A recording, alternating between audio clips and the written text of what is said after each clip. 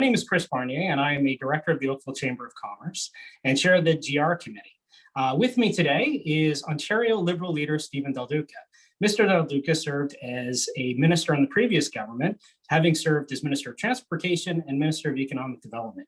He holds a law degree from Osgoode and also studied political science at U of T in Carleton. Mr. Del Duca, welcome, and thank you for joining us today. Thanks so much, Kris. Really appreciate it. Very much looking forward to our conversation. Absolutely. Well, you know what? We're going to launch right into it. And I think, just given what we saw Friday, we've been a year into COVID, and we're only now seems to be reaching the absolute worst point that we're in. We're not through COVID yet. If you were premier today, or if you were giving our current premier advice, what would that advice be to get us through COVID? Yeah, listen, I think it's incredibly distressing for the people of Ontario to know that after a year of sacrifice and suffering, where people have lost their lives, families are still grieving, our healthcare system is on the brinks of collapse, thousands of small businesses in Oakville and elsewhere that have just been devastated during this pandemic, to find out that after all of the sacrifice and suffering that we are likely at our worst point in this entire ordeal. Again, deeply, deeply discouraging. Of course, there is some good news on the horizon. We know that vaccines have started to be deployed. Issues relating to supply from earlier this year have largely been resolved. Still some concerns about the provincial deployment, which I'd be happy to discuss. But still, just really, really tough for the people of this province to know that we are where we are. Over the last number of months, while doing the job that I have to do, which is to hold Premier Doug Ford and his government to account for decisions that I believe are wrong, I have tried to be collaborative and constructive, and I've offered up a number of suggestions that, most of which have been rejected by the government. So where we are right now in the pandemic, things like introducing paid sick leave, a provincially funded paid sick leave program. This isn't just me calling for this. This is pretty much everybody fundamentally listening to the science table that Doug Ford has at his disposal. So getting the politics out of the discussion, taking this away from that cabinet black hole that is leading to so many really disturbing decisions like what we saw last Friday around police powers, what we saw last Friday around closing playgrounds. If you leave it with the scientists, those who have unimpeachable credibility, I think that's the best way to get through this. More supports that are easier to access for small businesses in particular, I think would be really, really helpful. And I'm sure we're going to talk about that a little bit more. So these are just some of the things that I would be saying to Doug Ford. Look, and I have been saying to Doug Ford, you got to do this. If I was premier, I would actually take the core responsibility for navigating this third wave out of my own hands. And I would be appointing what I call a COVID czar to sort of take over. Someone like Dr. Staney Brown or Dr. David Naylor or someone else from the science table who's got that background, that education, and that knowledge to actually make the call for some of the items that I've talked about. I don't know that Doug Ford's going to do that, but I continue to call on him to do something like that, which I think will help all of us. A number of pieces that you mentioned there, Stephen. What I want to ask about, you mentioned the sick days. Now you have the premier and others saying that the program's there, and you have people like next door to us in Peel Region saying that no, the program's not working. So in your words, what's wrong and what needs to be done to fix it? Well, so the federal program that Doug Ford keeps talking about, I mean, look, it exists. It is a program. It takes a number of days for somebody in a position to apply for it to actually go through the application process. The maximum, from what I understand, of the benefit that's available is about $500. And again, it's not seamless. So if I happen to be in Halton Region, in Oakville, or in Peel, one of the areas that's being hit pretty hard at various points of this pandemic, and it's a Monday afternoon, and I'm working as an essential worker in a manufacturing plant, and I don't feel well, and I decide that I'm going to stay home on Tuesday because I may have COVID, the federal program does not kick in to make up the difference on the wages for Tuesday. It takes a number of days. You've got to demonstrate. I think it's a significant loss in income. A provincially funded paid sick leave program, kind of like what existed in Ontario, delivered by the last Liberal government that I was part of, where there would be 2 paid sick days. The big difference being this program that I'm calling for today would be funded by the provincial government, putting no more burden on employers, particularly small business employers in this province. It would be seamless. If I didn't feel well on a Monday and I was having COVID symptoms, I'd be able to stay home on the Tuesday and notice no difference. which is exactly what every single doctor, every single municipal leader, and frankly, all opposition party leaders are calling for. The only person who's refusing stubbornly to do it is Doug Ford. Thank you. So that's helpful. You mentioned the concept of a czar, and certainly for those of us who follow very closely, you mentioned Dr. Brown and others. Sometimes it seems that the political advice or political direction is different from where the doctors want to go. But as someone who's been a long time public servant, where is that right line between having the political accountability and having the doctors? Well, you'll notice that, again, we've been going through this ordeal or this crisis now for more than a year, right, Kris? And so the first point at which I called for the transfer of decision-making authority to leave the premier and the cabinet and be given to a, as I called it, a COVID czar was last week. You didn't hear me say this in wave one. You didn't hear me say it in wave two, even though we had some challenges during both of those windows. I'm calling for it now because the numbers continue to go in the wrong direction. We know that there are some very scary decisions that healthcare frontline workers, doctors, and others will likely have to make because our ICUs are under incredible duress right now. And things like paid sick days just don't seem to be something that Doug Ford is prepared to do. I mean, I hope it changes his mind, but he hasn't as of yet. And so the reason I've called for this in this third wave is because, I think back to all the historical examples we have. And frankly, before I get into that, let me say, even my time in the cabinet and 2 senior portfolios, I don't have a medical background. I don't have a science background.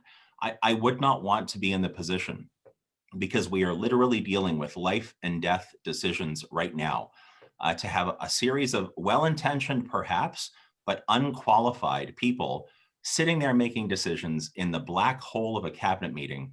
You and I, as people in this province, have no clue who's lobbying them. We don't know who's whispering in their ear. We don't know whose interests they're truly thinking of, which is why I think we saw in the last 3 days, science table says this, provincial cabinet and Doug Ford do this.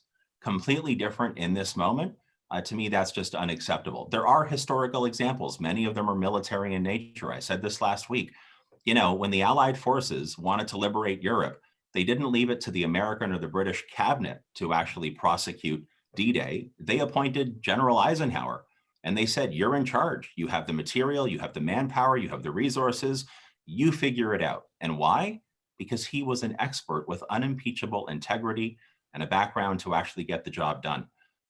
It sounds, I guess, a little bit weird, but I view COVID at this point in time like it's a war. It's a war against a virus. You can't lobby your way through it. You can't negotiate your way through it. You need someone to lead us through, and it's clearly not a politician who's going to get the job done at this point in time. Thank you for that, Stephen. So you talked about this in the context of war. At some point, we're going to be through the part of the war that is just helping people not get sick.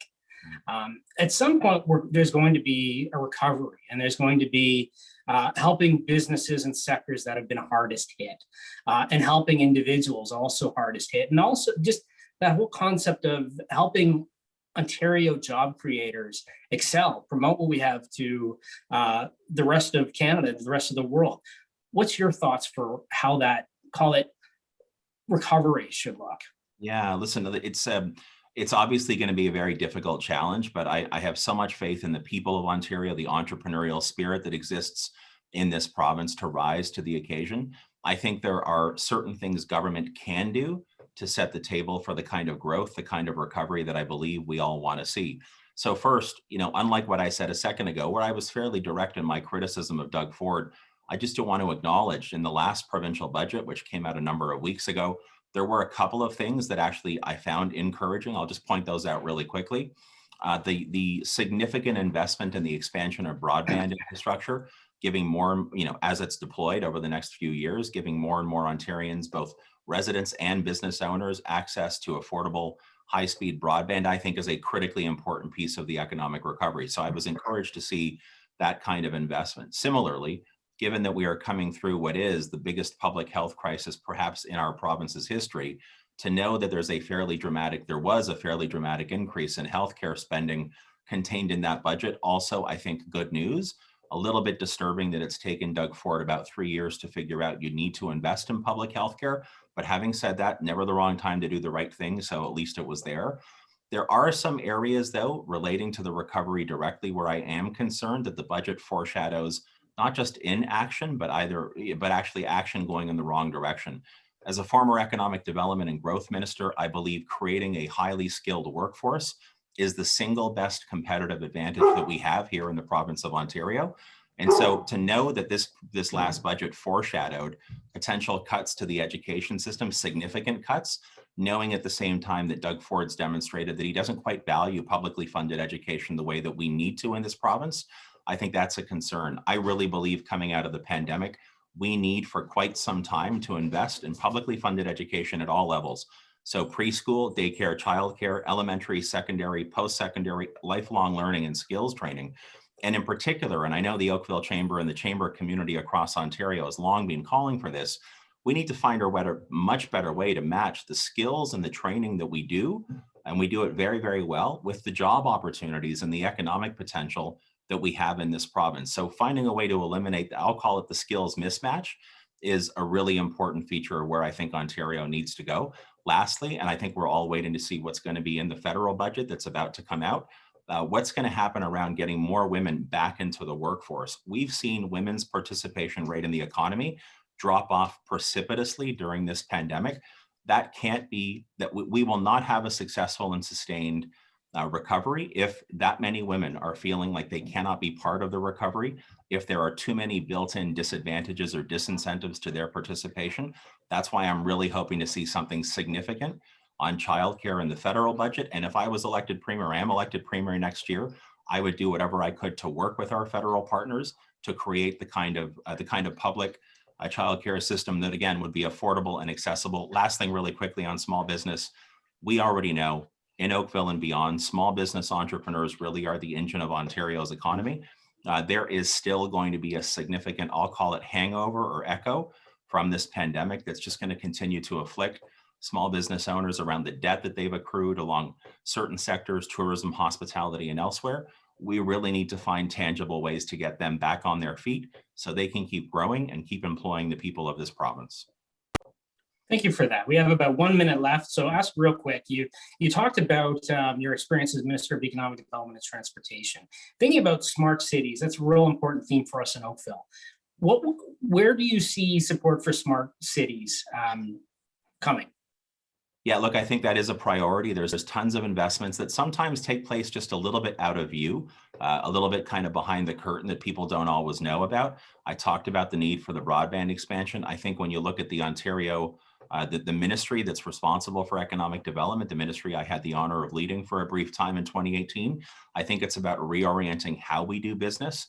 I think it's about understanding that while we should continue to adhere to the rules that exist, of course, because we're a rules-based province, as we should be, I think we have to learn to adjust our economic culture so we're just a little bit more unapologetically proud of the homegrown talent that we have in the tech sector, in the innovation sector, and elsewhere, and be a little bit less almost embarrassed about what we can accomplish in this province, whether it relates to government procurement, whether it relates to the expansions. And we also know really quickly, Kris, that the leading municipalities we have, including Oakville, they're right at the front edge of this. It will be a huge economic opportunity for us if we can harness that innate ability that we have and all of the creativity we have and deliver something truly magical. Fantastic. Thanks so much for your time today. And thank you for your public service. We very much look forward to having you back, hopefully to a bigger, wider live audience at some point when things are through. Thanks very much. Thank you, Kris. You take care. You too.